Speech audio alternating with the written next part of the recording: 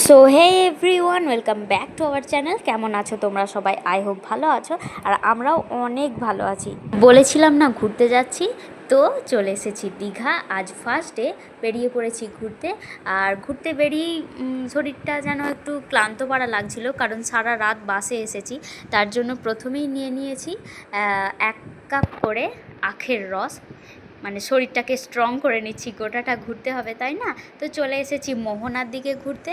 আর এদিকে দেখো কত দোকানদানি, মানে কত পাথরের জিনিস আর কি। খুব সুন্দর লাগছে জিনিসগুলো দেখতে। আমরা অবশ্য এখান থেকে কিছু নিইনি, কিন্তু তবুও দেখতে খুব সুন্দর লাগছে তাই না। তার জন্য একটু করে ক্লিপ নেওয়া হয়েছে। এই যে ফুলদানি দেখো, কত সুন্দর সুন্দর ফুলদানি, দারুণ লাগছিল দেখতে। আরে এখানে দেখো কত স্টার পেয়েছি, কত স্টার, মানে ছোট, এগুলো একদম ছোট সাইজে অনেকগুলো পেয়েছিলাম। দেখা যাচ্ছে দেখো কত তারা মাছ।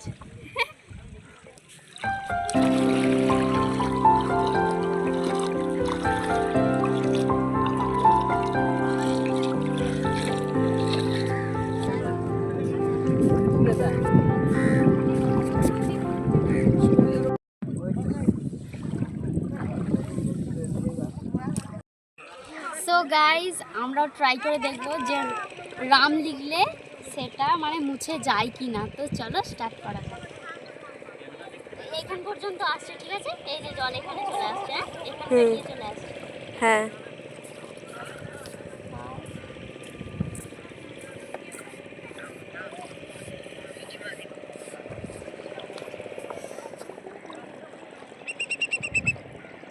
হাই, সে তো ভিজিয়ে দিল রে।